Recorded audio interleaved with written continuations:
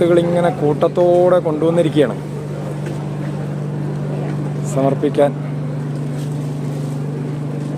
ഇതൊക്കെ റീത്തുകളാണ്, ഈ കവർ നിറച്ച റീത്തുകൾ. ഇതൊക്കെ മന്ത്രിമാരും കലക്ടറും ജില്ലാ പോലീസ് മേധാവിക്കൊക്കെ അവരൊക്കെയാണ് സമർപ്പിക്കുന്നത്. ഈ ഇതുവരെ തിരിച്ചറിയാനാകാത്ത മൃതദേഹങ്ങൾക്ക് മുമ്പിൽ സമർപ്പിക്കാനുള്ള റീത്തുകളാണ് ഇങ്ങനെ കൂട്ടത്തോടെ കൊണ്ടുവച്ചിട്ടുള്ളത്.